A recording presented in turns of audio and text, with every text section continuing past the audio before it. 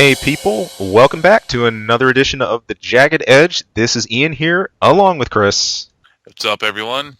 Hey, this is a show dedicated to some of our favorite old school hero movies, and I say hero because, well, I think that's a little flexible. I'll get into that later. Chris, I promise I'm not going to ruin your day with anime stuff. Don't worry. It was supposed to be our five favorite comic book movies, our top five, our personal five favorite comic book movies. And now, for some reason, this is leaked into anime, or I should say, anime's leaked into my freaking Cheerios here, and it's contaminating all my cereal. And we'll see.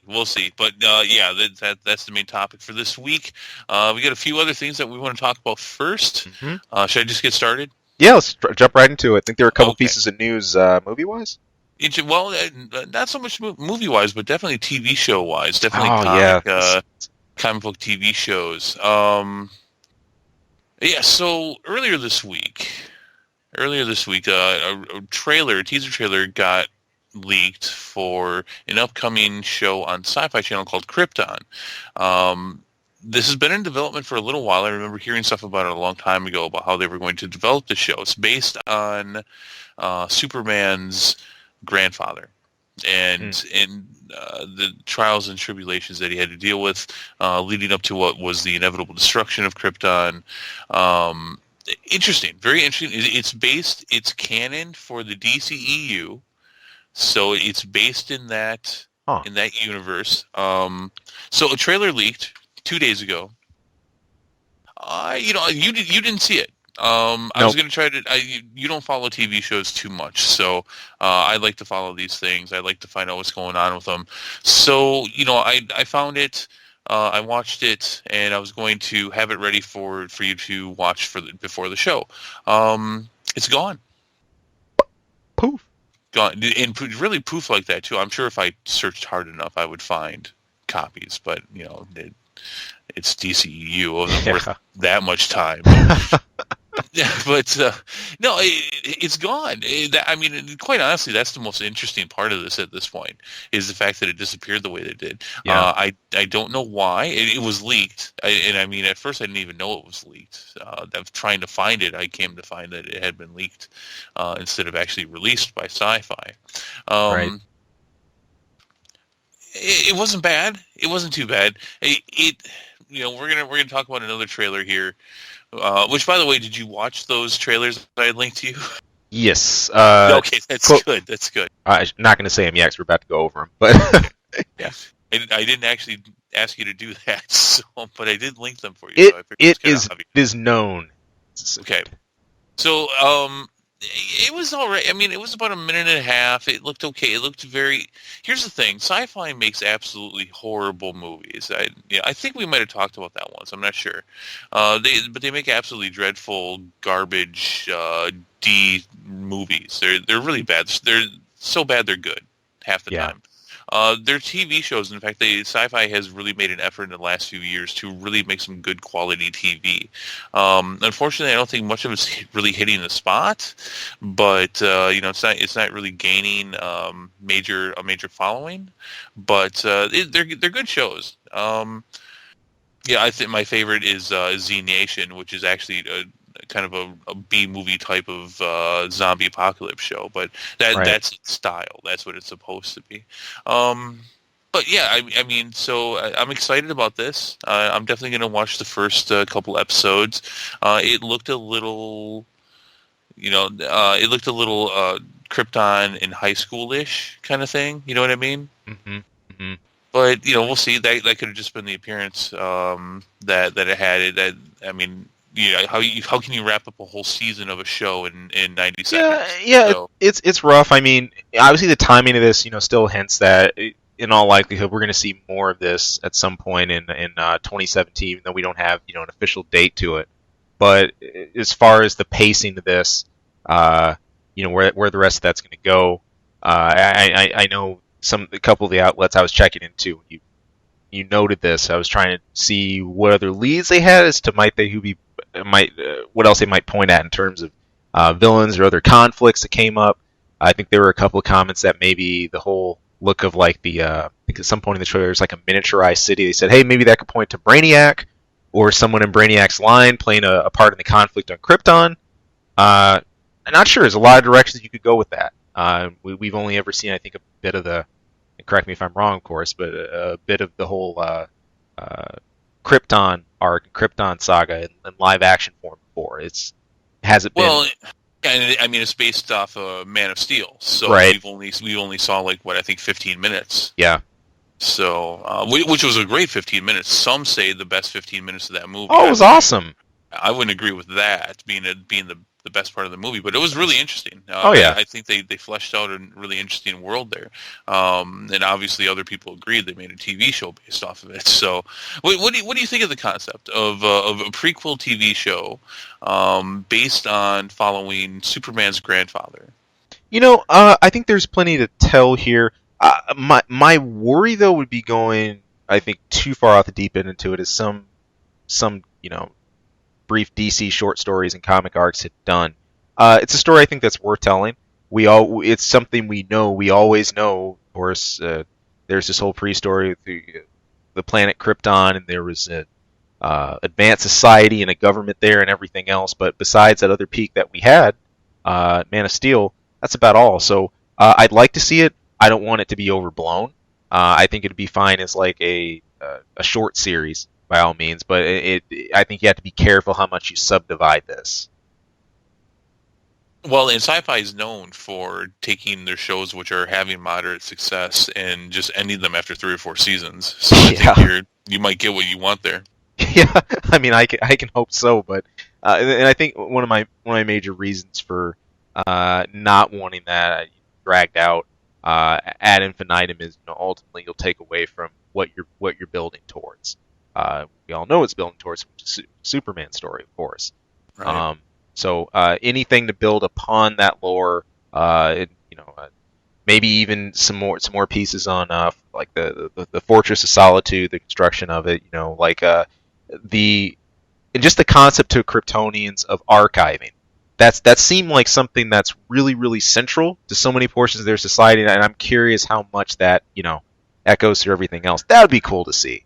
But yeah, no, I agree. So hopefully another trailer gets leaked out or actually released by Sci-Fi, and we can look at it, because I wanted to watch it again as well. I wanted to see it. It had been a couple days, so yeah, that's a thing that's interesting. So obviously we'll keep an eye on that as time goes on. yeah. So another trailer came out this week based on a comic book TV show, Cloak and Dagger. The trailer came out for that. Now that's coming out on Freeform. They've been working on this for a couple of years. Now you watched this. Yes. What did you think of the Cloak and Dagger trailer? I was really surprised. First of all, my mind instantly went back to Maximum Carnage on Super Nintendo, which was actually my first run-in with Cloak and Dagger as a Marvel Heroes. And you know what? I was always kind of curious of like their origins, because it was just really weird. I said, wait, why'd she jump out of his cloak? I don't even. But it wasn't the first thing. What was she doing in there? Yeah, get out of there. It wasn't it wasn't something I thought of like a series that I wanted to necessarily see branched or expanded, but it's there. Potential for it's there for sure. Of all things that I think they could have come up with, like obscure heroes, that I forget about these two all the time. I am all for a light every now and then, at least, being shown in some more obscure heroes.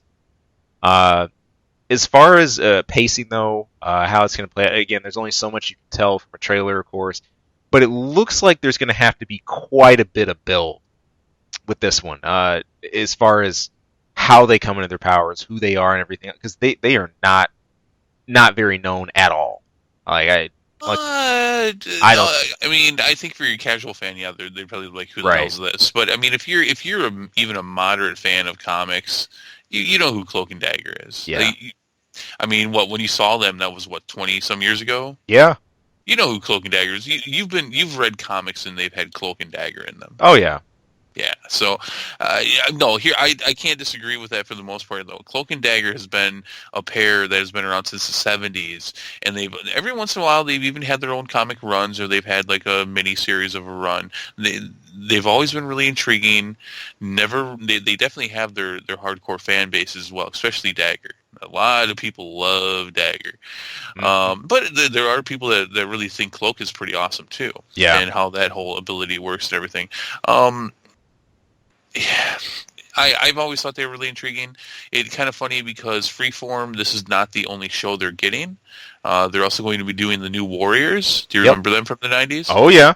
That was one of my favorite comics in the 90s. That was a great comic. They're going to be doing that as well. It's going to be a comedic based show, but all right, so and that's that's teenage angst and learning how to use your powers and blah blah, Right. everything perfect for Freeform. I really, when I first heard a long time ago that Freeform was going to be doing Cloak and Dagger, that really surprised me Yeah. because uh, Freeform obviously trying to was ABC Family, and they're obviously trying to branch off from that, not just be that, but at the same time they're definitely keeping a leg in the whole family entertainment section. Right. All the Marvel TV shows are not family friendly. In fact, some of them are downright.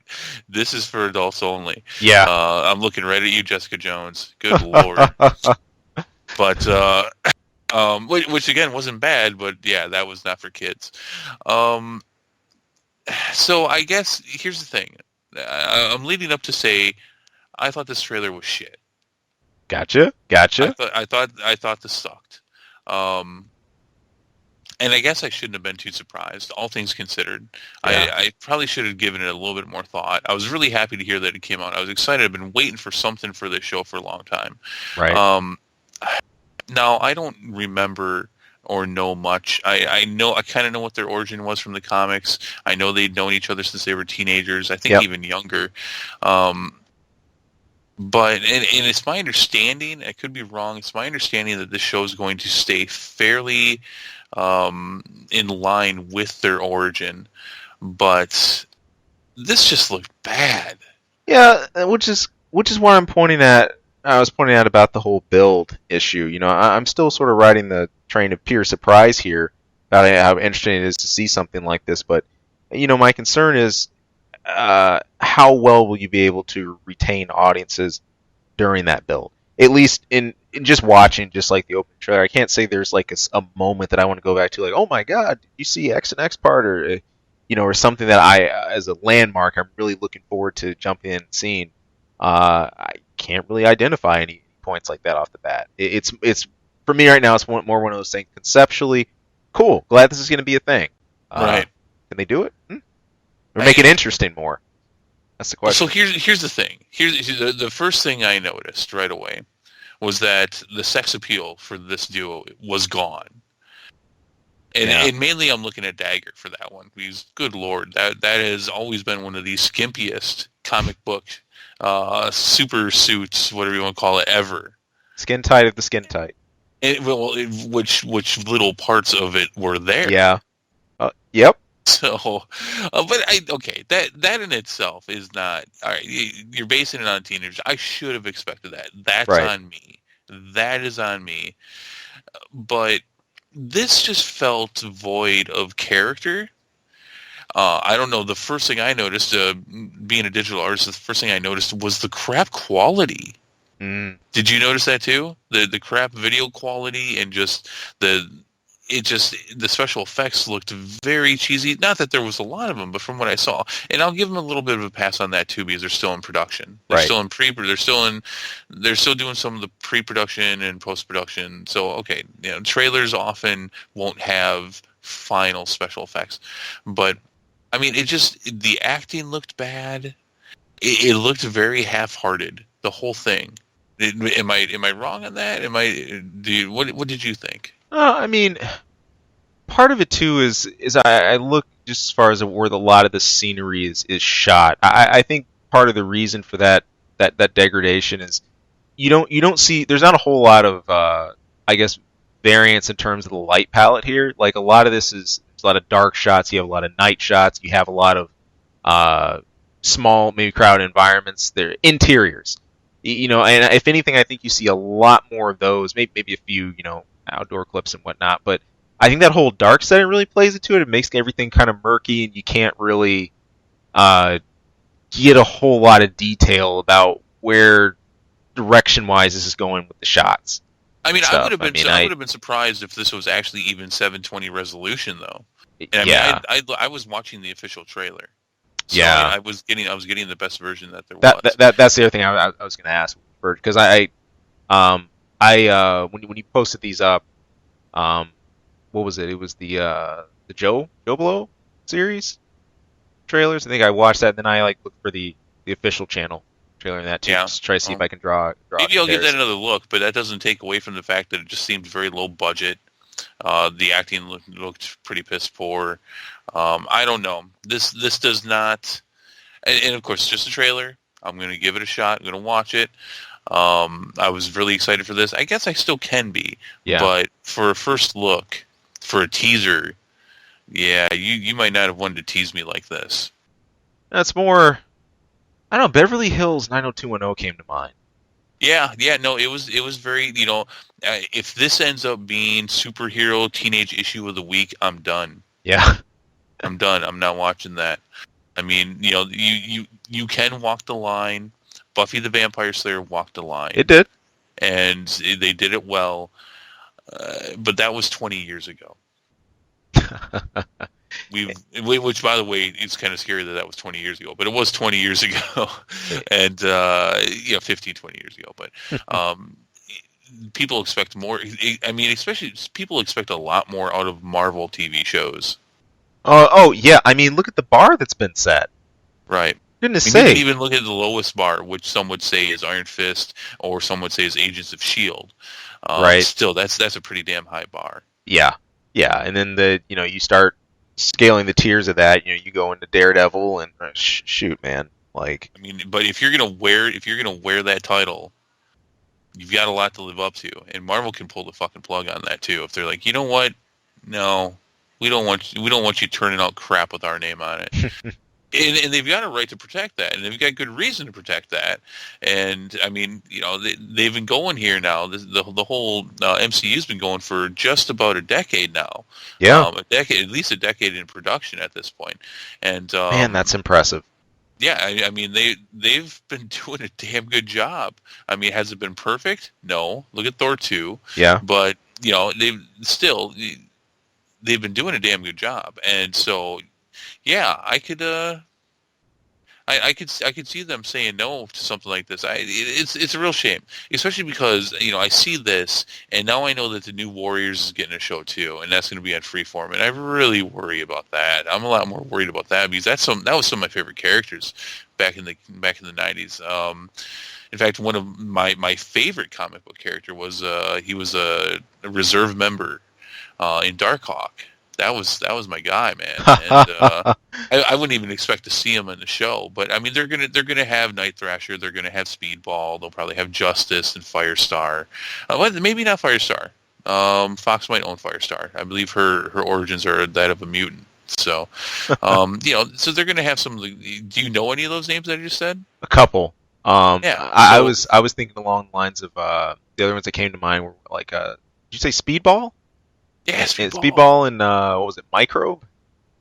Oh my God, Micro. Well, he was kind of they probably would do a Micro, but or whatever his name was. Hindsight Lad. You remember Hindsight Lad? Yeah, Oh, that was great. briefly, And but yeah, Rage. I mean, there was and Cloak and Dagger were reserved members of it, which is why yeah, I'm sure that they have every intention of merging this into a universe. Whether this is going to connect to the overall MCU is unknown. It's one thing to have your two different, your TV section on Netflix and then your movie section to have those interconnect.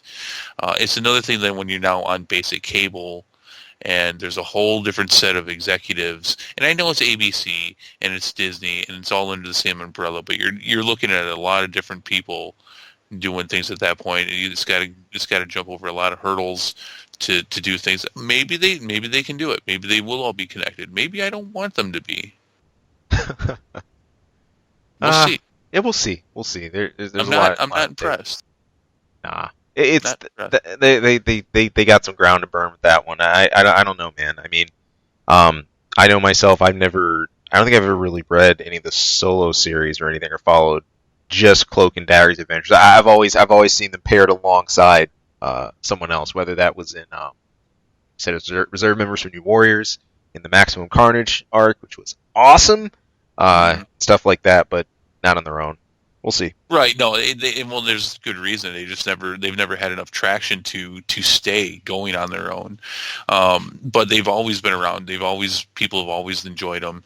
The last thing I read with them was sometime in the last couple of years. They were part of an Amazing Spider-Man storyline, Cool. which was a lot of fun. Um, yeah, it's. I'll give it a shot. I'll give it a shot. But so far, I am not impressed. This looked bad. This looks like it's going to be the worst outing yet for Marvel, and possibly for the MCU. Um, yeah, we'll see. We'll see. Well, Yeah. So finally, one. Yeah. No, I'm not going to let you segue it. dang No, it! I'm just taking over. I'm just All taking it right, over. all right, all right, One, all right. one last trailer that piqued my interest came out this week. The Mist. Yeah. Have you ever seen the movie The Mist, Steve, based on the Stephen King book? Steve. I know the book. I do know the Or, book. or I'm sorry, Stephen King story. I don't think this was actually a full official book. The Stephen King story. Yeah, this is a horror, right? Oh yeah. Right. Yeah, yeah. Again, I've never delved super far into King. I know a lot of his works because I mean, most of it ends up going so mass blown prolific you can't help but know it. Um, but no. Based off the original, I did not watch any of the original content for this or anything like that. So I'm coming into this pretty fresh. Okay, so yeah, the movie came out, geez, at sometime in the last 10 years or so. Has some of my favorite actors and one of my favorite producers in it, because they went on. The producer and a lot of these actors went on to be in The Walking Dead. Let's see, the actors who played. You've seen some Walking Dead, right? Oh yeah. Yeah, so the So actors Carol, who's still around actually, Andrea, Dale, I cannot remember their actors' names at the moment. That's horrible of me. Can't even remember the producer's name. But anyways, they all kind of knew each other, and they all actually kind of, from knowing each other, all kind of went over to The Walking Dead a few years later from this. It's a fun movie. I mean, as with most Stephen King movies, it's grounded in reality in some ways, and it does a great job of that. But then it's just completely twisted and weird in other ways.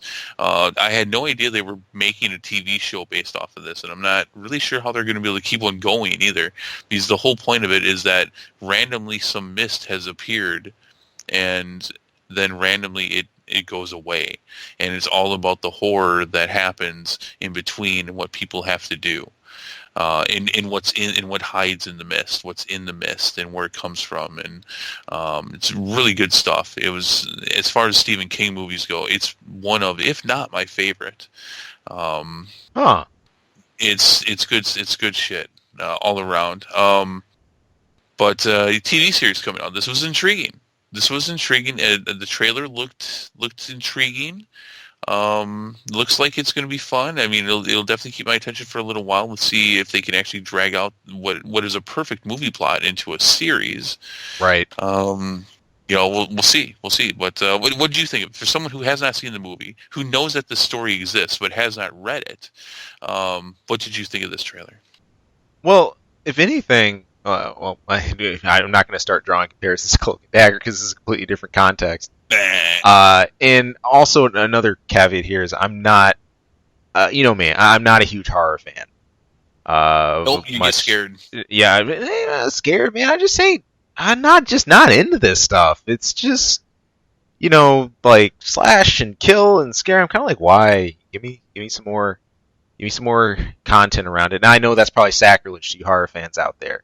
I guess maybe I've just, I tend to get in Freddy and Jason mode about this stuff all the time. Mm-hmm. And I should be well aware that's not it. I was going to say, we are talking about content from Stephen King, which usually has plenty of context around it slashing and killing. Yeah, true.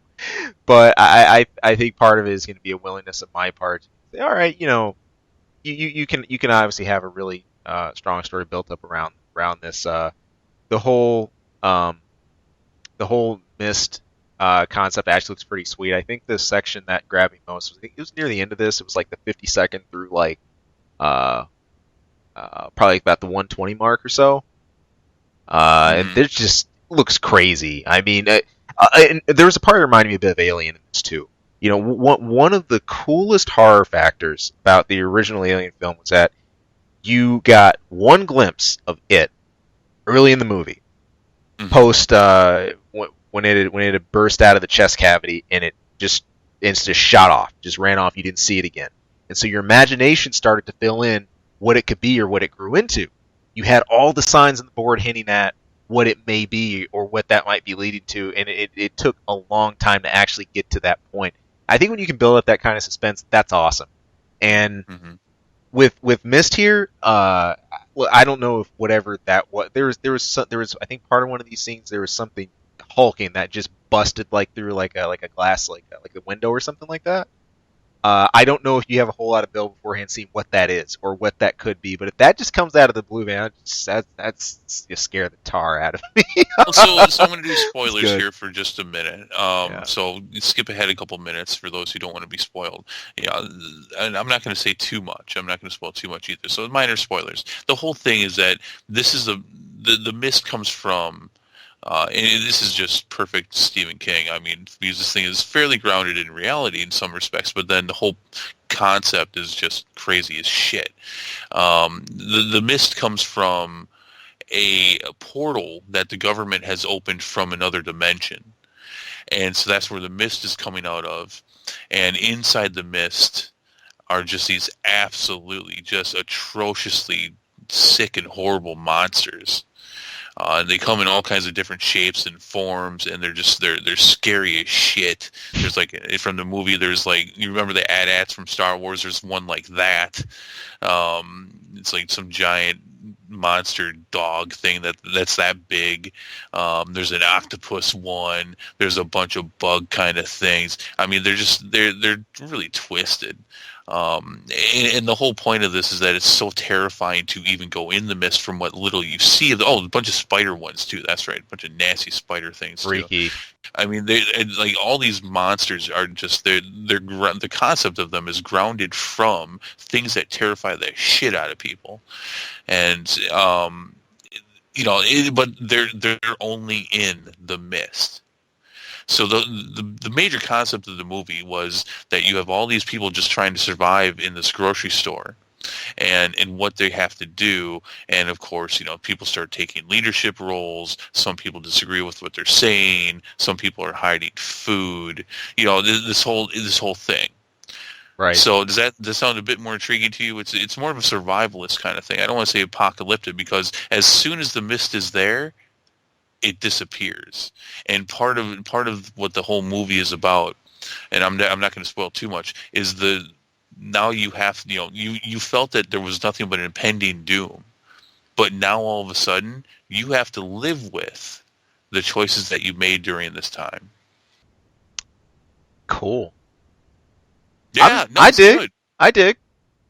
It was pretty good. It was very intriguing. But how do you turn that into a TV show?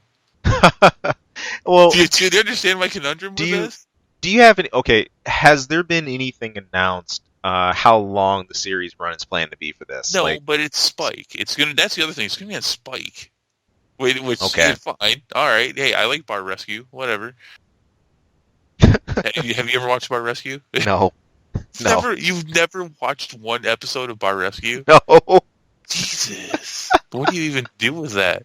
Yeah, it's Spike, whatever. I used to watch stuff on Spike, and there's really nothing anymore that catches my interest. But yeah, it's going to be a Spike, which is just kind of weird. At the same time, Spike has its moments of bravery, so that's fine.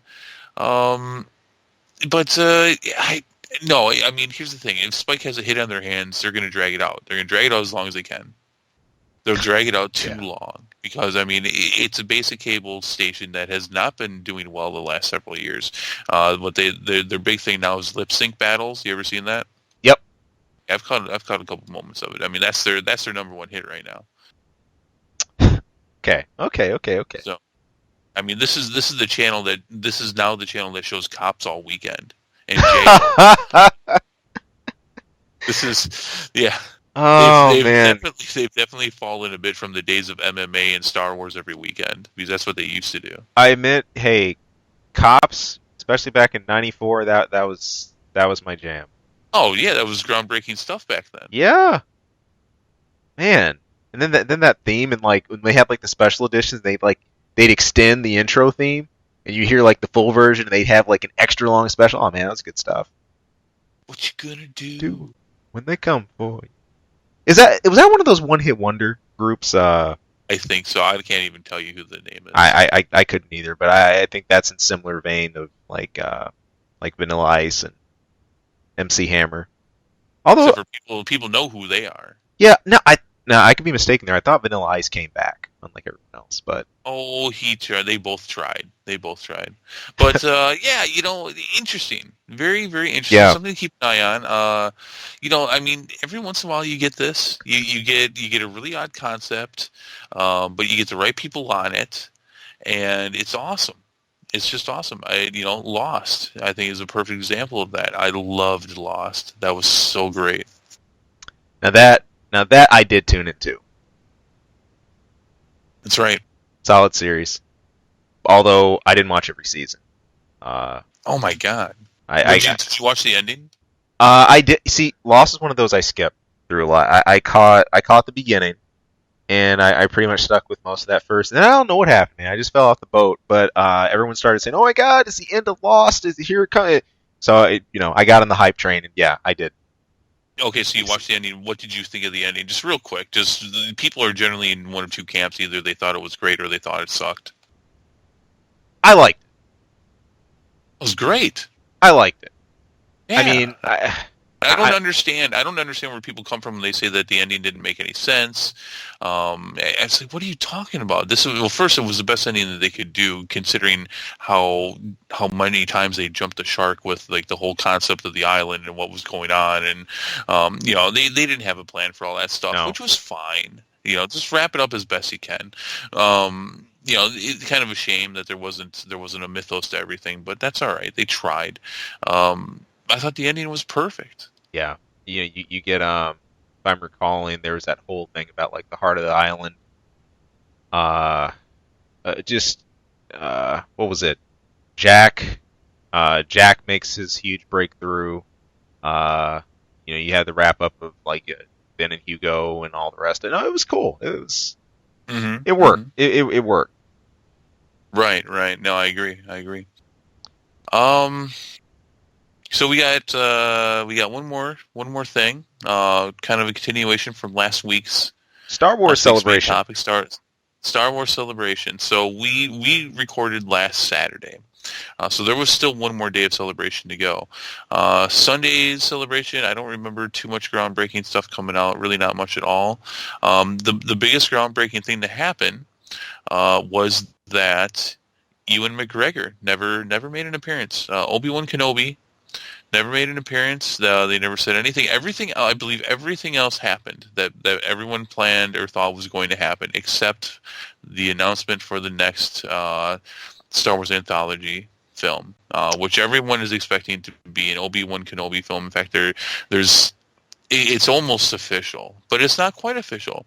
And at the panels, you had Hayden Christensen, you had George Lucas, you had Harrison Ford, you had Mark Hamill. Yep. People who couldn't be there had taped in appearances.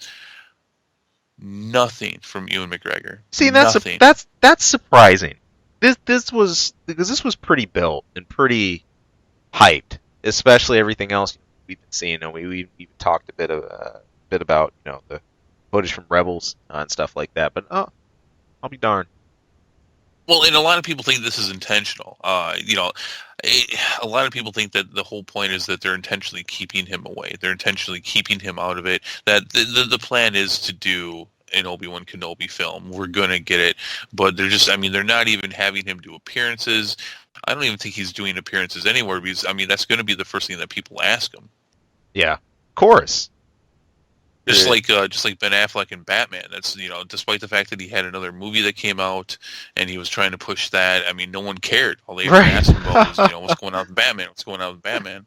But yeah, yeah. So nothing though. And last year, people thought we were going to get the announcement of an Obi-Wan Kenobi film. But nothing. What do you think? What's your speculation on this? Part of the fun about Star Wars is I don't think it ever fully telegraphs everything that's going to happen with it. If you're led to believe, I think one conclusion about plot or storyline or whatever else might be because you're sort of being steered there. Doesn't necessarily mean that's going to be fact or X character isn't going to appear or whatever else. That's part of what I like with Star Wars. I think it feels the fan base thinks I would say overthink. They'd probably hate that, but yeah, I'll say it. Overthink. Don't say that. So much about every individual facet of this that, you know what, I say, hey, you guys want to turn yourself in a circle, go ahead. I'm just gonna wait till it comes out, check it out, then I'll be perfectly fine with that. The circles are part of the fun. They are, and they know it. They know it. The minds behind Star Wars now are clearly conscious that those who follow this, those who are into this stuff, they know people are gonna do that with it, and know that every portion of this is going to be dissected and analyzed. Who appeared, who didn't appear. I think it's throwing the Star Wars crowd a bone, honestly, and I think there should be a little more to read into it than that. So let's have some fun with tearing that apart, and then eventually you'll get the main course. A lot of people are thinking that we're not seeing Ewan McGregor because he's going to make an appearance in Episode 8. That we're going to see an Obi-Wan Force Ghost. Well, hey, with all the Yoda talk, it's free range for that to happen. Yeah. Well, some are even thinking, because Ewan McGregor played obviously a younger Obi-Wan Kenobi than what we saw around the original trilogy, and so obviously that goes well past it. Not that he's aged since he's been dead, but some people are thinking that we're going to see Ewan McGregor play Obi-Wan Kenobi in the Han Solo movie. Oh. And that would put when he played that character more in that timeline. The funny thing is that Han Solo and Obi-Wan had never spoken before Episode 4. So I don't know, interesting stuff. I like keep throwing the bones. We're not going to stop eating till December hits, and even after that, that'll be analyzed into 87 degrees, and we'll be talking about the last part of the trilogy. Yeah. Good stuff. So, yeah, interesting stuff. I don't think there's anything to worry about. We're going to get an Obi-Wan Kenobi movie. It's like the one thing that people are still asking for. Or let me rephrase, the number one thing that people are still asking for. So they want it. They really want it. And they didn't even want a Han Solo movie, and we're getting that. They want this. They want this. Ewan McGregor said he wants to play Obi-Wan Kenobi again.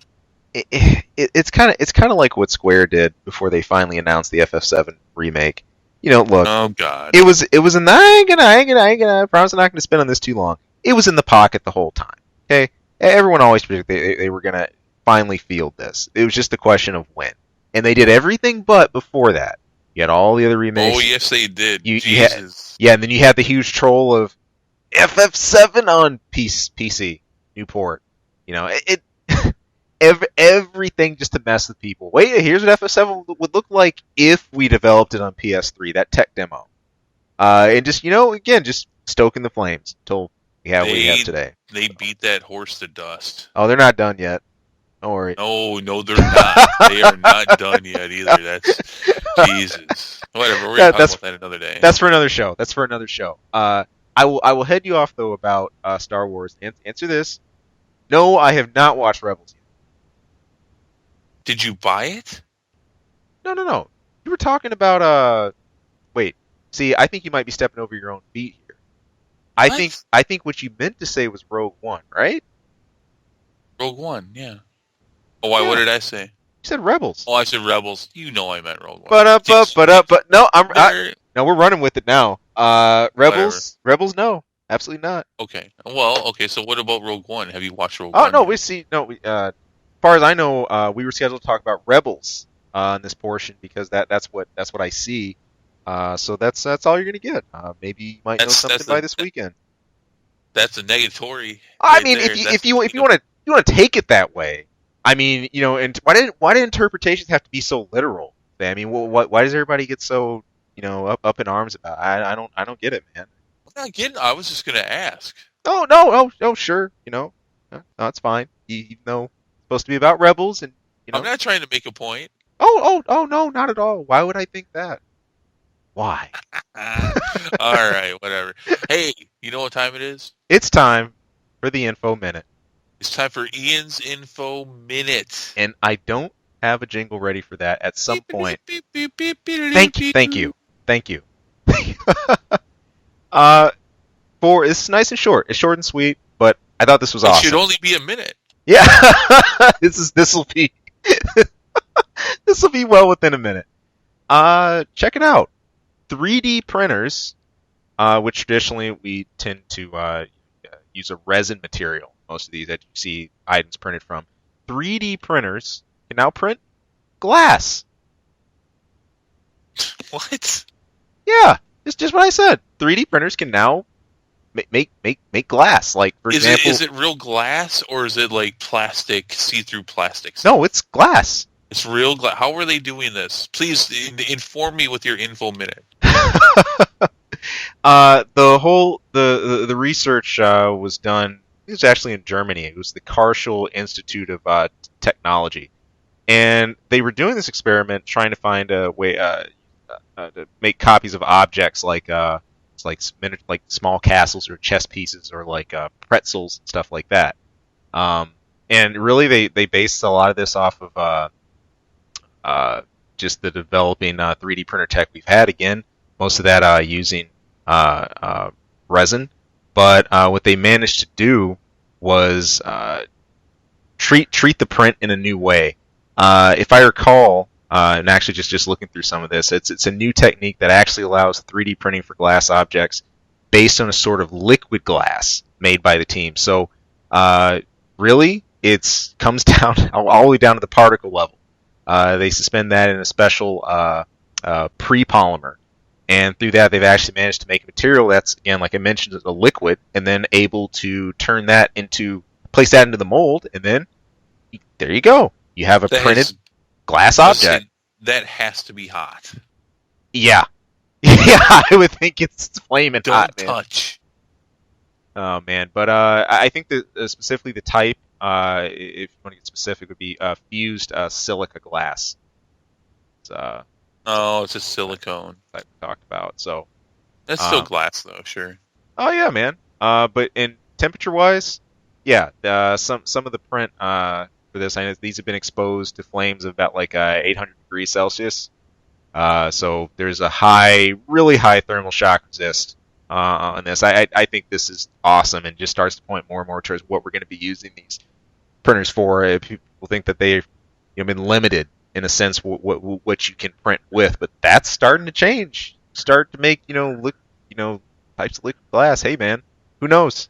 Here's the thing. All right, here's my thing. Did they say what they plan to be, what this is going to improve on? I mean, 3D printers are awesome. I mean, the things that you can make for that are fantastic. But why glass? Why glass? Why are they doing it? It's a good question. I mean, is it why they chose this over, I guess, a different type of material? Was it to see if they could do it with like such intense heat, and then obviously they have to make that fairly quickly? Is that why? Did they say? No. As far as from what I was looking at, the choice of glass over something else wasn't necessarily as much in the cards as can we do this? Can it be done? I think for a long time, people have been looking for ways to, or at least for some time rather, improve these, not just by how we can increase the printing tech itself on the hardware, but how we change the material used. And this was one of those that was just simple to build on, and well, they ran with it. Fair enough. I can understand that. That being said, every glass blower in the world is crying. You're all out of business. Yeah. You probably weren't making much money on that, anyways. Oh man! Now here's the question. What's if you do start talking glass art, literally with 3D printer versus hand based items, how's that going to change values? What's going to differentiation points, and how you can tell by the style of the cut, or quote unquote artist signature, as it were, Right. for how these are shaped. I don't know, man. It's going to be interesting. See. So, Yeah. No, that's that's a thing. info minute. That's the thing. That's an info minute. Everybody, that's Ian's info minute for the week. Making glass. If I had my drum kit in here, if I had it mic'd right, I'd do a quick fill. I think that'd be a good way to end the section. Leave it at Beep that. beep beep beep beep beep beep beep. And you even got my exit. Thanks. There you go. There you go. All right. This week's main topic. Ian and I have put together a list of our top 5 personal favorites. Yep. And I do want to specify these are our favorites. That is not to necessarily say that we think they are the best. Yep. Because I do think there's a differential there. They don't necessarily have to be the same, but our personal top 5 favorite comic book movies as of this date. Obviously, the ones in the future, we cannot grade them yet. And there's a lot of them this year alone. There's something like 8 or 9 of them this year alone. Oh, yeah. So I think it's a good time. I think we're going to be moving into the next phase here of these kind of movies. So I think now's a good time to actually look at what's been done so far in the past and put a grade in there. You want to start at 5 and build it up? Yeah, yes, that's the way it should be done. And now we have not shared this list with each other. We haven't, so there's going to be some surprises. The only thing I know is that he's got in his top 5 somewhere some hentai movie. That's the only thing I know, and it's somehow he's managed to wrangle a way to connect this with comic books. Yeah, I was just desperate to make that connection, like La Blue Girl or something, to favorite movies. Oh wait, did I spoil it? No. I don't even know what that is, so whatever. You spoiled nothing to me. Okay. I don't even know what it is.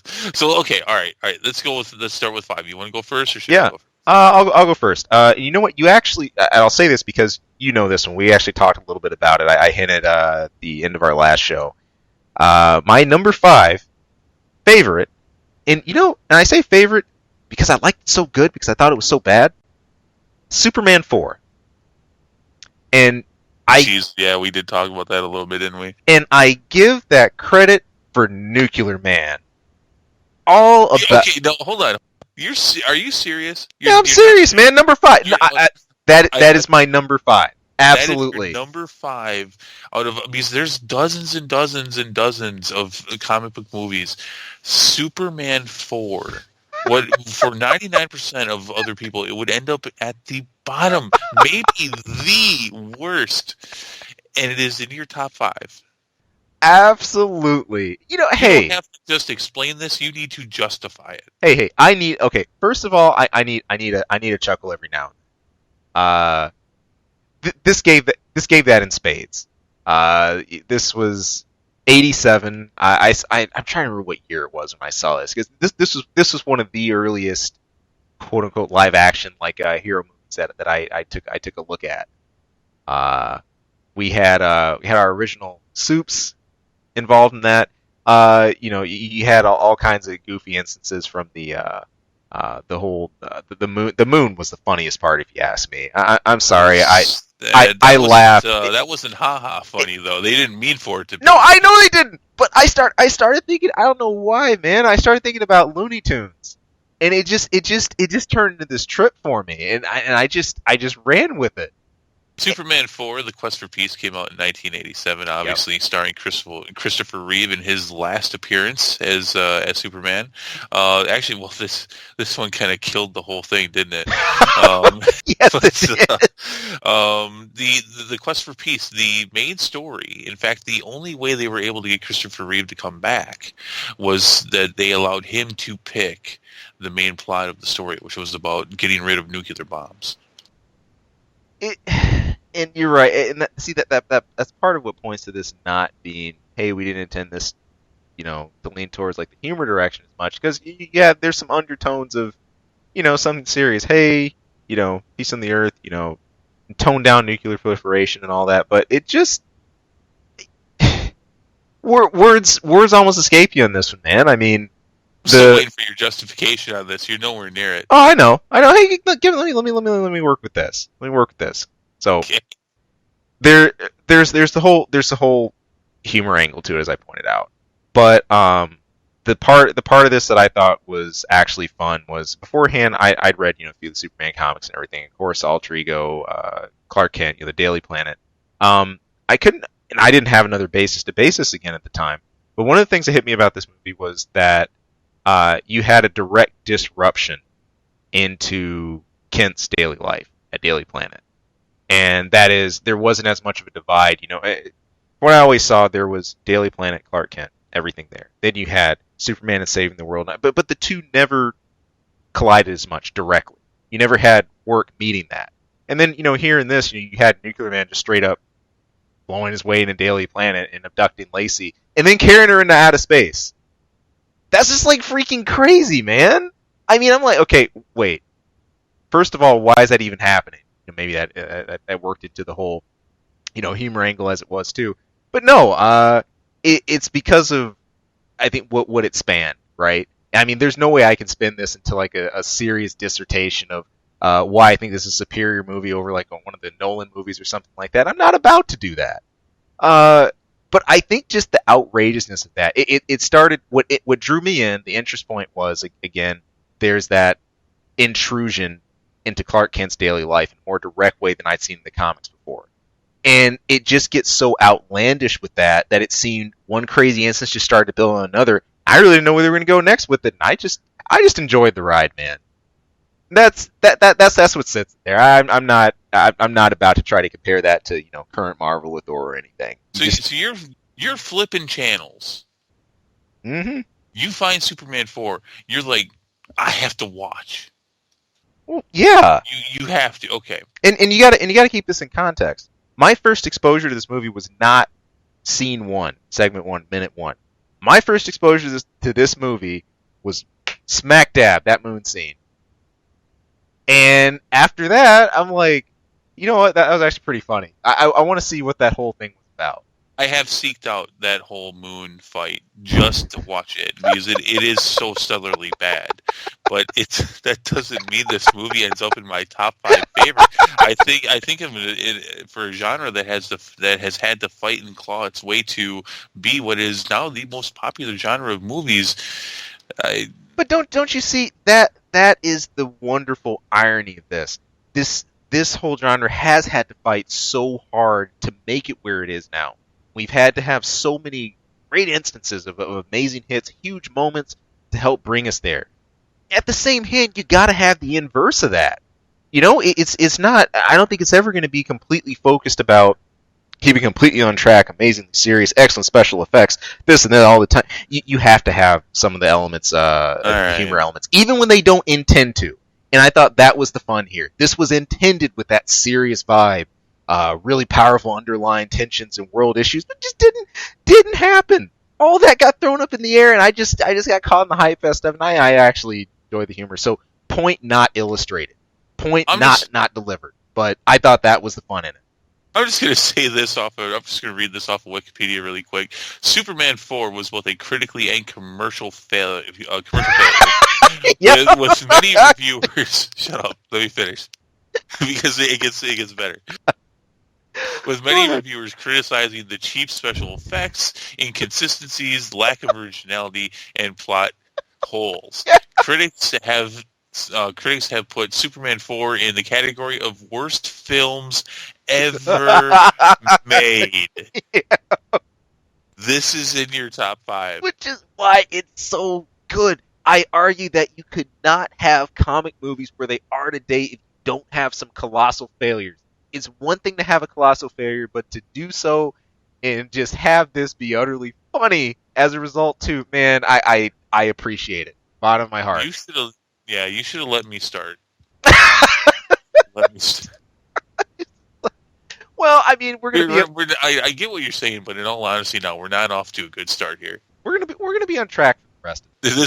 That doesn't matter for the rest of it. Most anyone who is even interested in our top 5 with any credibility has stopped listening.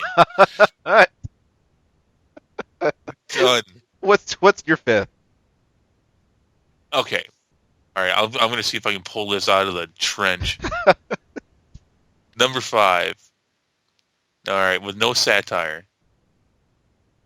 top five, my top five favorite comic book movies. Number 5, Spider-Man 2. That's your 5. Nice, nice, nice, nice. We mentioned this. Another one we mentioned as we were talking. For I could go on about this one all day. All the right reasons. Yeah, this was great. The acting was great. The production was great.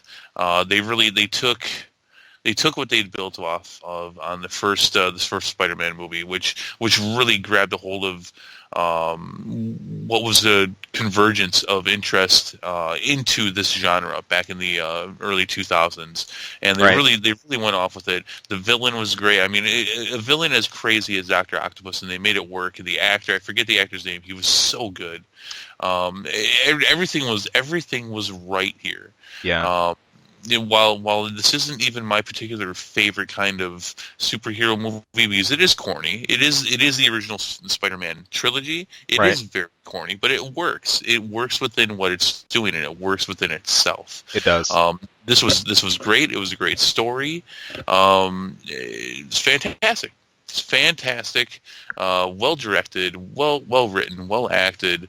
It was fun from start to finish. I literally once had my niece cry because I was going to put in Spider-Man 1 and she wanted to watch Spider-Man. She wanted to watch Spider-Man 2 so badly that she cried about it. It's like, fine, we'll watch 2. We just watched it yesterday, but whatever. And hey, I get it. You know, this is the one that I saw a couple of times. You know, on the early showing for it. I'm a huge Spider-Man fan myself. Out of the series with Tobey Maguire as the lead role, I thought this was the standout out of the three. It was, she said, it was paced well, very well known villain, but told from a good angle. A lot of the times, in fact, I'd almost say even better. And a lot beforehand, at least a lot of the sub stories I'd read involving Doctor Octopus in the comics, you know, he had aim, but he didn't. You know, he was angered, he was disgruntled, because of everything that had happened, and it had a chip on his shoulder. He's out to make that next big breakthrough at the expense of all else. He just had this sense of abandon about him. Whereas in the movie, this one specifically, his motivations I think were a lot better cast. From the accident to everything else, especially because he still did have a sense, deep down, a sense of nobility, and a sense, I think, pride in his work and pride in what he was ultimately trying to do, what his mission was, which I thought was great. So. This is something that Sam Raimi does in some fashion or another with all the characters from the Spider-Man movies that he did. Which, I mean, he did drastically change this character. Yeah. And but it works with how he did it. Absolutely. And I think without that you'd have just sort of some loose erosion. I think the last thing you'd want to do would be telegraph a villain like this being part of the movie, because we all knew that from the trailers and everything else, and then not have him be a very strong standing role. Spider-Man's established at this point, so naturally you need the inverse to that, and I don't think they could have picked a better base to do so. Where we went with Spider-Man 3 after that, of course, is another story, but this one was a gem for that time. Yeah, no, it's a classic. It's great. All right, so number 4. Number 4 for you, and if you say Howard the Duck, we're done. I'm not going to say Howard the Duck. Although I would be lying to you if I said that I didn't think about Howard the Duck during my review. So no. This one stretches it a bit because it's not a Western comic. I'm still going to mess you up on this one. This is one I've been hinting at. My number 4 was The Guyver. The Guyver, not MacGyver. Not MacGyver. I mean, that's another thing. I mean, a lot of people like MacGyver. Dude, the helicopter was awesome. Anyway, I'm expecting anything from you at this point from your number 5. So, okay, The Guyver. I actually have to look this up. I think I remember that name, but I'm not. So go ahead, tell us about it while I'm finding some information on it. Guyver, as far as I know, was first based on a graphic novel at 1986. I was first introduced to Guyver, though, through a good friend of mine back when I was in 5th grade. Same time I got in anime. He showed me like Evangelion and Akira same time. But anyway, the live action was my first exposure to this. I didn't even know there was an animated form, an old anime of this out there somewhere, or like an older like graphic novel. But this is what really set sci-fi hero action for me, and it was outside of traditional Marvel, traditional DC, but started to make me think a little differently about okay, you can have a hero quote unquote movie live action, but it doesn't have to be limited by certain things.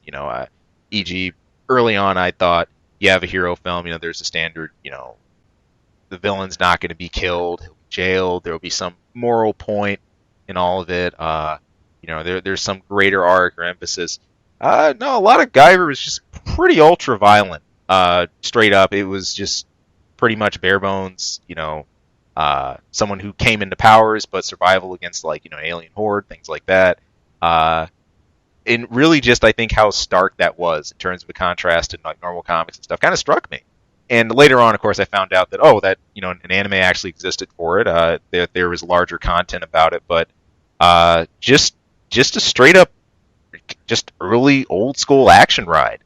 And later on, I mean, you could argue that divisions of other things like the whole idea of transforming arts way down the line, Power Rangers and stuff may have drawn some sort of inspiration from that. I could be very wrong because there was a Super Sentai Rangers that goes way back. There's a much longer history with that than there is Power Rangers here in the States.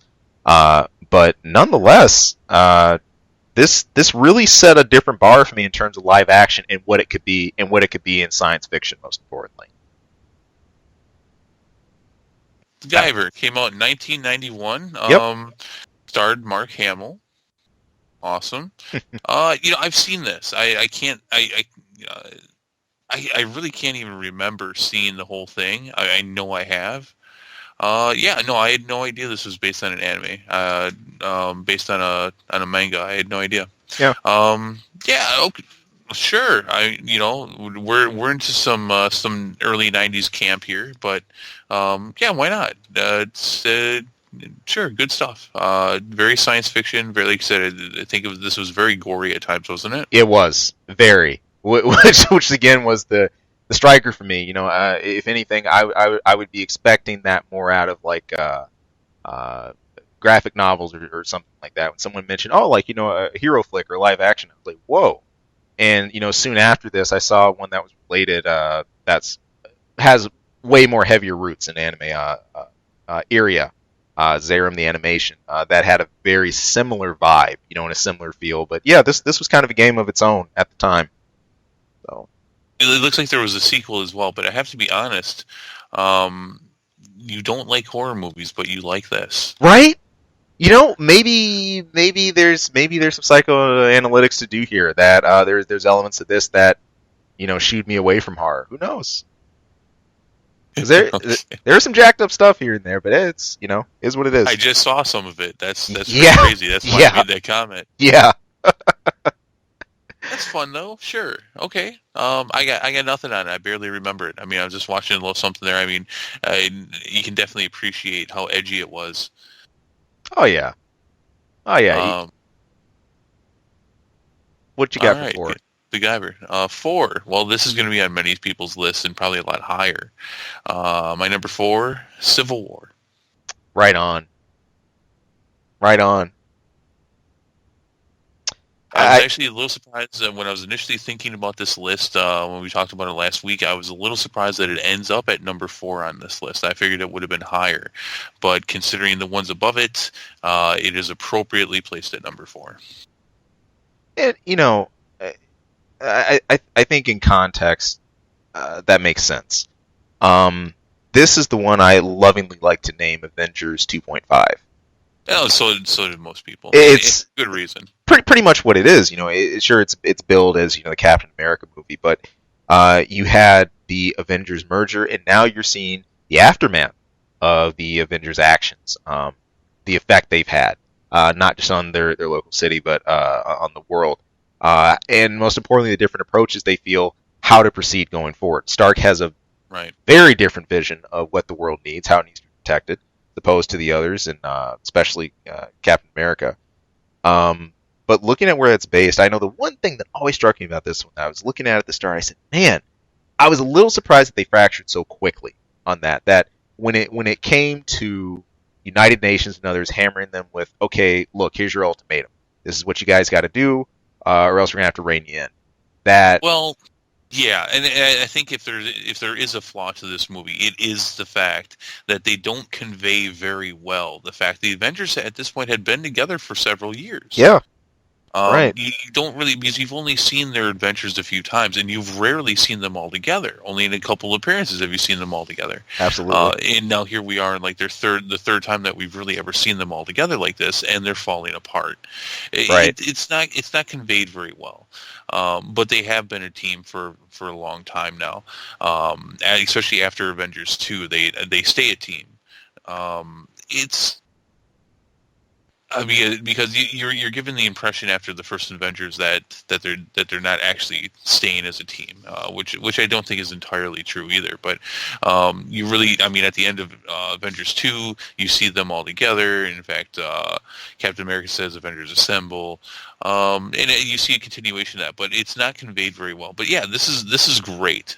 Yeah, And as the first Avengers movie took an unprecedented role of putting all these characters together, yeah. this movie did as great of a job of tearing them apart. As much as I love this movie, I hated that ending. Same here. I hated the fact that it was ended the way that it was. Now that some time has come between me and the movie, almost a year now actually. It was a great way to leave it off, especially going into Infinity War. It was intentional that they did it that way. This has one of the best action sequences ever. That airport fight is historic. Yeah, and it is. I'm trying not to sound like I'm exaggerating. I don't think that is exaggeration. That whole airport scene is historic. It is, and most of the time, that alone puts it in the top 5. yeah, most of the time in a such a fractured scene like that, something doesn't get the right attention. There's something missed, but everyone was showcased on the money. From the appearance of Spider-Man to Ant-Man. By the way, props to Marvel, because I even had some skepticism about how are they going to bring Ant-Man in this whole fold and make that compelling, and they did. See, no, I have to disagree with you. No, that's fine. I have to disagree with you because I think Ant-Man is one of those characters that because he's only ever had moderate popularity in the comics, right. But when you put him in the movies, that is an ability that works. I mean, how well and how amazing can it be conveyed on a picture that he's growing, but then how well can that be conveyed in a movie? So, well, what are you disagreeing with? I mean, my thing is that Ant-Man is not saying he's not an interesting character or going against what you had, but my concern was taking that character and making people care. A lot of people don't even know. You say Ant-Man, and I'd argue he's not probably as household as Spidey or Soups. Well, that in itself, comparing those two, or just looking at Ant-Man, that in itself could be a whole episode. Yeah. No, I think it. No, I when I saw Ant-Man, I knew he was going to be awesome. One of my favorite Marvel movies. But I mean, and he has the smallest part, and partly because Ant-Man was the most previous movie to Civil War, but I thought they did a fantastic job with that. And I thought more impressive was the fact that they were able to convey Spider-Man the way that they did with such little time. Yeah, I agree. In order to do that, they've got to be pulling in all the right strings for the audience, and they do it almost unanimously. Yeah. But I mean, there's every reason to enjoy this movie. There are a couple tiny plot holes, but considering all the moving pieces, and they're able to tell you a great, compelling story between what's going on with Universal. So that's another movie with the Winter Soldier, Black Panther, with Captain America. And Iron Man, and while at the same time, Captain America is at the top of this. He is the top billing for this movie, and while it's at times it may not seem it, at the end of the day, you do feel that this was appropriately his movie. Yeah. it's done so well. I mean, and I thought it was going to hurt it that Hulk and Thor weren't there, but the fact that they weren't there helps that story move along. They No, it would did. have been they would have been a disruption more than anything. Now, hey, by all means, absolutely. And that I think that's always a challenge with collab movies like this. How closely do you keep a group together? How much do you separate them? How much screen time do you give others? How much additional story development do you do? But they balanced it very well. Well, it's well deserving in anyone's top five, in my personal opinion. I still feel a little bad that it only made number 4 for me. So, but the next three, the next three are pretty special. But Narrowing all it right, down. yeah. Well, So what is? Oh, I'm sorry. Go ahead. no. I was gonna say my next one isn't as special because we already went over it. But I got to highlight it because again, this focus is I am a Spider-Man nut. Spider-Man 2, it was my number 3. Okay. All right. Because of many reasons we've already spoken about, but for what I was hoping at least would be a better trend going forward for hero movies. But that's what I got. No, and I think you're absolutely right on that. Something we didn't talk about too much when we were talking about it earlier is the fact that Spider-Man 2 did something that that hadn't been done with the new wave of movies coming out, was that they came out with a sequel and they were able to really, again, they built off of it, and they were able to launch off from that, but then at the same time rise above expectations. Precisely. I think that's the point. You set a certain bar with the first Spider-Man, but this really took the whole concept and ran with it. So everything we've said, and a little bit of ice cream on top. All right. So What you want a pecan pie instead? I mean, what? Never mind. Shut up. I don't know. Maybe someone thought that was funny. I didn't understand it. So maybe that makes it even funnier. I don't know. Go on. My number 3. Number 3. Any idea? Top three. No, you got me, man. Lay it on me. All right. Blade. That's a really good pick. Number 3 for me is Blade. I get it. We've talked about this. It's been some time. Yeah. You've heard me go off about this movie. This movie deserves a top 3 spot in my opinion, if for no other reason because of when it was made and what it did. What this movie did. 1999. If you watch this movie now, it feels a little dated. But just a little dated. But it feels like you could fit it right in the Marvel Universe. It followed a formula that they didn't even know they were following. It's so good. Now, I like me some horror movies, and this was a perfectly placed as a horror movie, comic book movie, which is what most comic book movies do. They usually take on a subgenre, and run with that, and that's exactly what this did. This movie was so good, they took characters from the movie and they put them in the comics. Yeah, I forgot about that.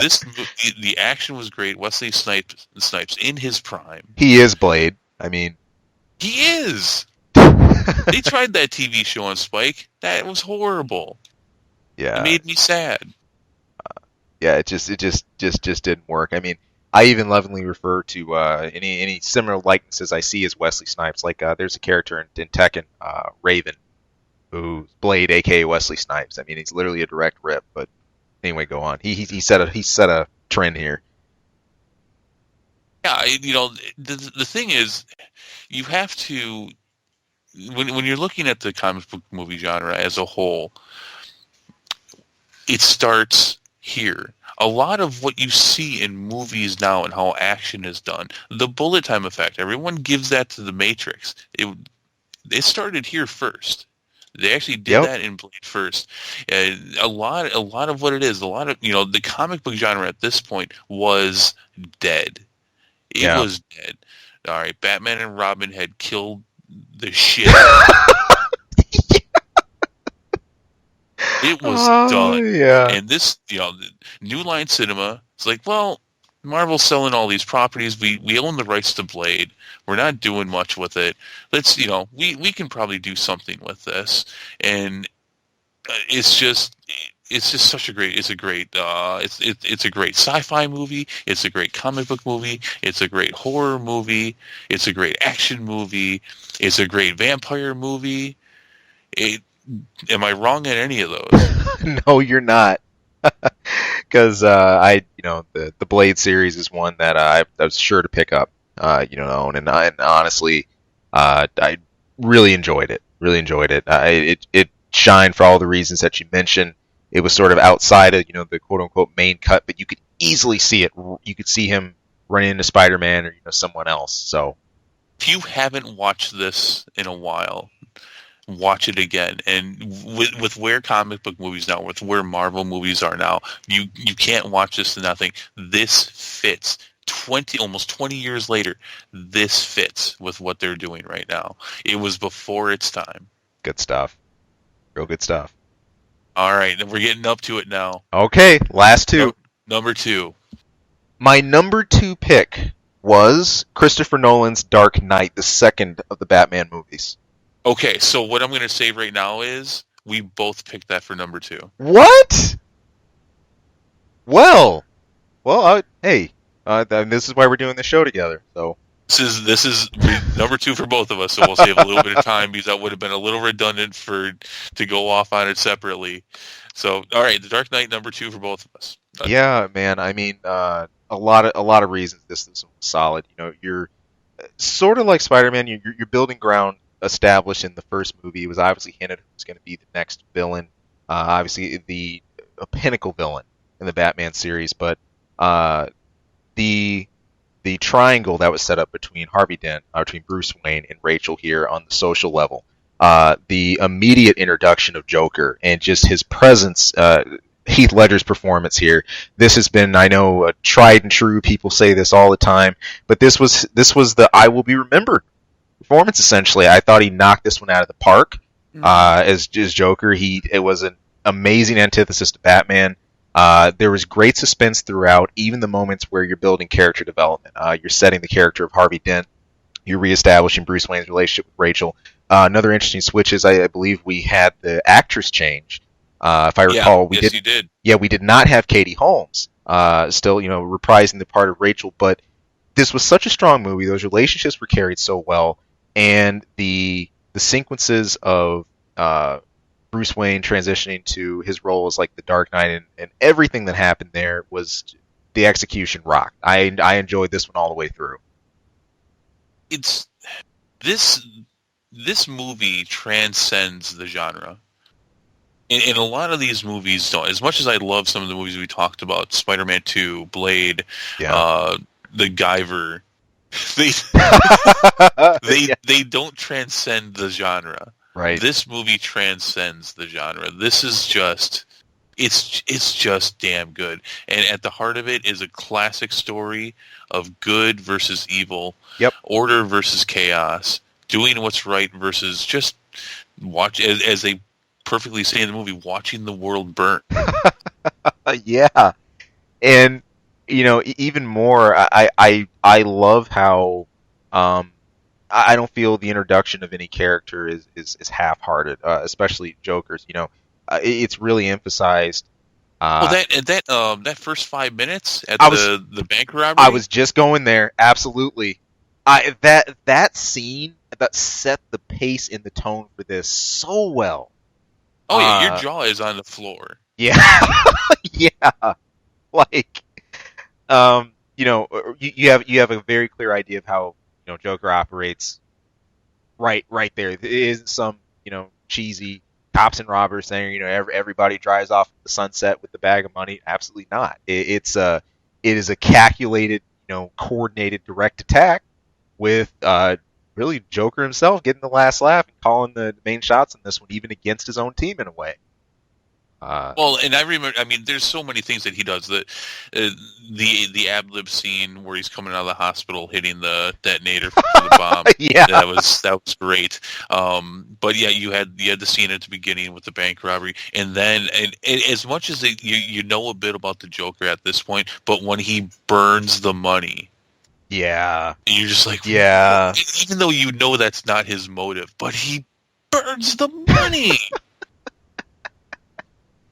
And I think that's what made him such a large villain. Sometimes you got characters like, okay, larger than life, just super powered, Doomsday, or you bring in anyone else tough from the fold. Brainiac. If you follow the comics closely, we talked about him before. Even Superboy Prime, someone like that. What made Joker so huge is he complete chaos, anarchy. The thing he's after at the core isn't riches or any of the rest of it. He wants to turn everything upside down, to change the complete definition of a system that Gotham has worked so hard to rebuild, that people like Harvey Dent are trying to rebuild, that Bruce Wayne / Batman's working out rebuild, that Rachel, so many attorneys, Christopher Gordon, they're all pouring everything they can into this, and then you have a character like this who lights a fire to all of it and threatens all of it, and ultimately ends up corrupting, eroding a lot of it. When you look at Harvey Dent, by the end of this as well, the excruciating choice Bats is put into, who to pick. Where Dent ends up, where everyone's fate is, and I compare that to the start of the movie as well, with how even how large Batman's presence has gotten. He goes overseas and he pulls that banker out of China and brings him back to Gotham to get extradited, and then he's prosecuted from there. Stuff like that. It's a great comparison, showing the struggles of Gotham. Masterful way. No, yes. I just keep saying yes. It's great. It's the tone, the acting, the writing, and a quick all of it. It's just it is a masterpiece of a movie. And a quick wink to this right before we move on here. The theme. One thing I love about Nolan, he operated these movies very similar to some of my old time favorite directors. One of my favorites is Akira Kurosawa. He's responsible for some greats like Seven Samurai. Everything, but one thing Nolan tended to do was not only keep a lot of similar actors with him, throughout certain films. You can even see this in his work in Inception. A number of them, follow Tom Hardy and others follow him to different films. But the music score to this movie, golly, man! I mean, hey, I'm huge on Hans Zimmer myself, but each piece just drove the scene home that much better. I think I can still hear the theme from the bike scene and stuff well. So, man, that could be a whole nother show. But no, yeah, it's. I mean, we are. We're getting near the tippy top right here, and so this movie definitely deserves it. I knew one of us was going to have it in there. Yeah. You started out with Superman 4. You had me a little worried. Told you. Just it's all good. I'll walk the line. I won't fall off. I'll walk it. All right. So that was you, then me at the same time. So your number one, your favorite comic book movie. My favorite comic book movie comes from something relatively recent, very known in our minds, but for the way I feel this movie launched more of MCU and propelled it, I literally got out of my seat and just outstretched my arms like, yes! My number one pick is the first Avengers movie. All right. Well, so there it is. That's my number one as well. What? Oh yeah. No, and I'm sure for the same reason. This did it, dude. This did what people watched for years. Is they watched Thor and they watched Hulk and they watched Iron Man and they watched Captain America. It's like, wow, they're really putting this all together. They're really gonna try to do this, and then they did it, but they didn't just do it. They fucking did it. This one was a home run in so many ways. It was what the comic community, longtime Marvel fans, so many of us had waited for, to be portrayed in the way that they managed to do it here. And all that led up to the full-scale invasion of New York. That scene near the end was just cripplingly awesome. All the way through, from Hulk just doing a straight up train stop on that massive giant to Loki's interference to to Thor to Cap. Everyone here shined so well, and if anything, what I loved, it was almost like I was watching some of the really cool stuff they built on with the Iron Man movies just exploded times 80 here. It was the right fusion. It was the right synthesis of characters, and this was it here. you came out of this movie knowing this was the bar. Like, this is the tone that's going to be set. And if they keep stuff this awesome, oh, we're in for it. Well, yeah, and that's the whole thing, is that you came out of it knowing that what you had just seen was the beginning. Yeah. It was just the beginning. That's the whole thing. As much as The Dark Knight transcends the comic book genre, the Avengers lifted up the comic book genre. That bar, and they're trying. The biggest of movie production studios are trying. The biggest of other comic book names are trying. They have not hit that point yet. Nope. No one's done it. And the man himself, Joss Whedon, which, by the way, I realized as soon as we recorded that show, I was calling him Josh Whedon when we were talking about him way last. Oh, yeah. Joss Whedon himself has not been able to hit that bar again. No. It was perfectly done. It was perfectly done. My only complaint is that Hawkeye did not, and for the point of the story, I always thought that Hawkeye comes out of that just not quite getting. He got the shaft, and for all good reason, for story purposes. But it's like come on, Hawkeye's awesome because he has no superpowers. He has the kind of precision that you won't see from anyone else, which is almost superhuman. But he doesn't. He gets it back a bit in Avengers 2, but in that fight he has with Black Panther in Civil War, as short as it is, it's like that guy's in an impervious suit with super sharp claws, and you're fighting him with one exposed arm and a stick. It just shows, dude. Like, Hawkeye is one of those few cases of someone just so masterful at his craft that you don't have to fill that gap with the superpower. I mean, it would help, obviously, but his superpower, besides his precision, is his fucking huge balls. Sorry for the language, people, but he deserves it. And then you look at his life outside. What drives the guy? He's deep down he's a family guy, right. And he keeps him as far away from all these conflicts as he can, of course. But definitely the shaft in terms of powers, but in terms of action and what the guy can do, I mean, he is no joke. Right, and I think generally speaking, people don't question why he's there. Well, right. Maybe, probably some do, but I certainly don't. I mean, he's pretty cool. He shows himself to be an important part, especially in Civil War. I mean, definitely, he has some pretty important roles there. But back to the Avengers. I mean, this was everything too. I mean, if this failed. If they did, I don't, that was 7 years ago, maybe 6 years ago. Where would the genre be? Right. It's unfathomable to think about it. And it all, as much as everything converged to that point, it all came out from there. I mean, that's when we started getting into TV shows. That's when we went into phase 2, and that's where other movie production studios were like, maybe we should do this. We had hit a certain ceiling, and you know what? I almost want to say, if this hadn't been successful, I wonder if superhero movies would have tried to sort of go the direction some of the Nolan films did, while presenting said heroes, but trying to reach out a bit beyond the genre to make a bit of a broader tale, right? I mean, that was done in such an artistic way, but instead, it was like we were just starting to hit that cap and saturation point, and Avengers just blew it wide open and said, "Hey, you're missing a lot. There's still so much more to do with this. Here's the possibility we just opened." And the can of worms was out at that point. I just felt elevated coming out of that movie. I felt sky was the limit. And just, man, if this is the start of this and MCU is, oh my God, the next years, and I'm still right now going, fan mad. I know Avengers 3 is coming up. I know I have another Thor movie. Golly, list goes on, and just the hits have just kept coming. So. Oh yeah, well yeah, they were tickling the right nerve, and then with the Avengers, they smashed their whole palm on it. There it is. But I mean, to get a little bit more precise on it, the acting's really good. The roster of actors and characters in there is phenomenal.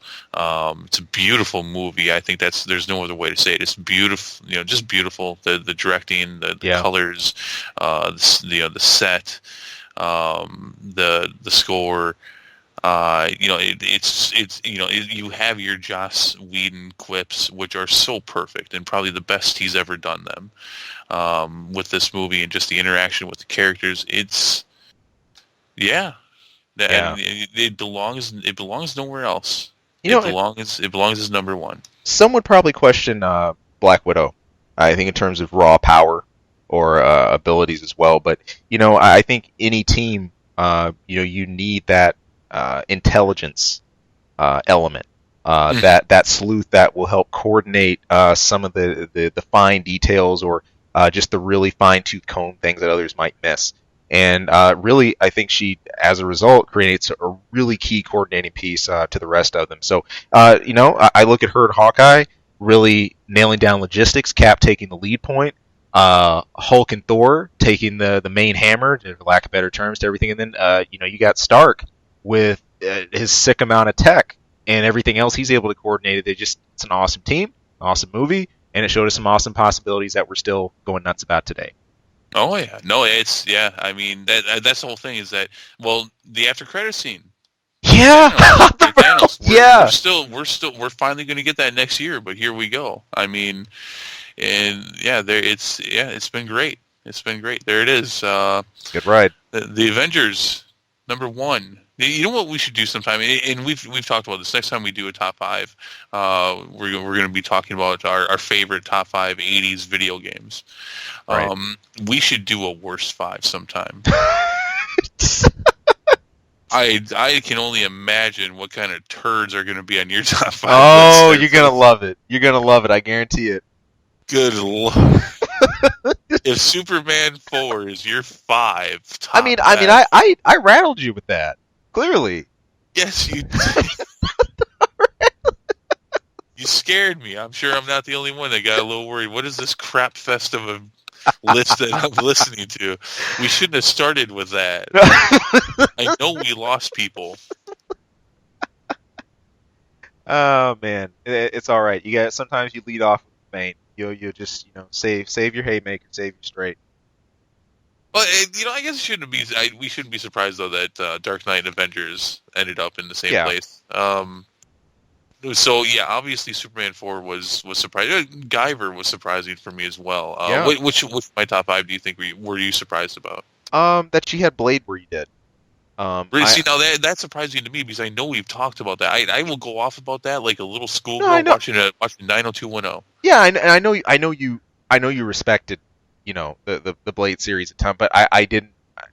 I guess when I say where you did, I didn't expect it to be lower per se, but I thought that might have struck a little higher in your list. Oh, higher? You thought it would have ended up in 2 or 1? Yeah, I could. Well, I just couldn't. I couldn't because of what I heard before. Yeah, I just couldn't gauge how much fanboy you were willing to put on it. It was actually number 2 until going through, at first when I first started thinking about this, like which movies come to mind right away. Yeah. And then I looked at a list of movies. I'm like, there's no way that Blade beats The Dark Knight. There's no way. No. There's no way. And I'm sure out of our top 2, a lot of people have those as their top 2 or top 3, and I'm sure they're just all mingled around in different orders depending on your personal tastes. Likely, and I wonder if DC and Marvel, how many notes they take. So obviously, Marvel's been doing their thing, and just really kept on track, escalating, post Avengers. But I'm wondering, DC wise, maybe it's because of lack of Nolan direction. I don't know. They wanted it. Warner Brothers wanted. They pleaded. They pleaded to build their DC universe off of Nolan's. Yeah. Nolan said, no, this was a trilogy. This is a world without superheroes, and that's the only way it works. And he's right. Yeah. And I can respect that. I think that's what makes it a piece of artistry. I think the issue is when you have something presented with that type of nuance that Nolan managed to do is that torch is left for someone else to pick up. You can't have that exact same type of vision running throughout, or it gets run down. It loses its spark, it loses its flame. It's when someone else picks that up and manages to innovate that in a new way that it takes a new life. And no one has been able to do that out of that angle after Nolan yet. I certainly wish, and obviously they have huge potential there if they could do that, with Batman. But who knows? I'm hoping. I personally would love more DC stories to be explored that way in the future because And I think they tried. I think they were trying to take a note from the Dark Knight. Like, we're going to make a gritty, dark superhero universe. Like, yeah, because the Dark Knight is gritty and dark, not to be gritty and dark, because that's the exactly. That's the story they're telling. Exactly. That is where it is. With the person directing it and the actors that are in it and the story they're telling, that is where it is best placed. Yeah. Batman versus Superman is not best placed in a gritty movie No. that isn't all that gritty.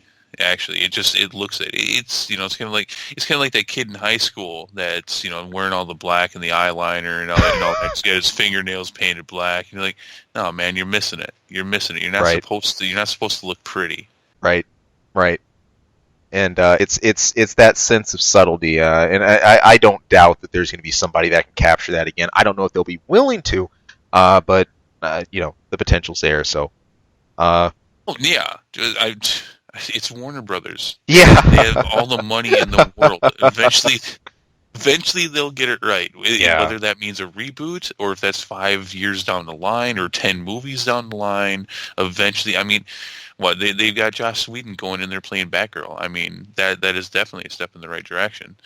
That's putting him in the genre that he wants to do with female leads and just telling the kind of story he wants to tell, which at this point he wants to do. He doesn't. He's been quoted as saying he doesn't want to do big superhero mashups like that again, but he would love to tell smaller stories. In fact, I think before they were talking about this Batgirl thing, there was talk of Joss Whedon doing a Black Widow movie. That's that was something that was being talked about within the last couple of years, which I think would have been great. So yeah, but they're getting, they've got all the money in the world and they're going to get all the talent that they need. Eventually they'll get it right. But until they do, I mean, because they have all the money in the world and they have all the talent they need, I'm going to hold them to the fact that they're fucking up. Fair enough. Fair gauge. Well, for lack of going too far over with our fan nuttiness, hey, curious, anybody else out there, what were your top fives? Do you agree? Do you disagree? Some others that you might have put a little higher. Maybe you like similar movies, but you might have had a different spot.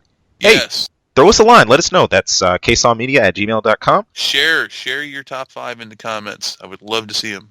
Please do. Drop us a line, of course. Drop us a sub. Give us a what's up. But hey, thank you so much for tuning in. Appreciate all of you. And until next time, we're out of here. Have a good weekend. Sleepy time now.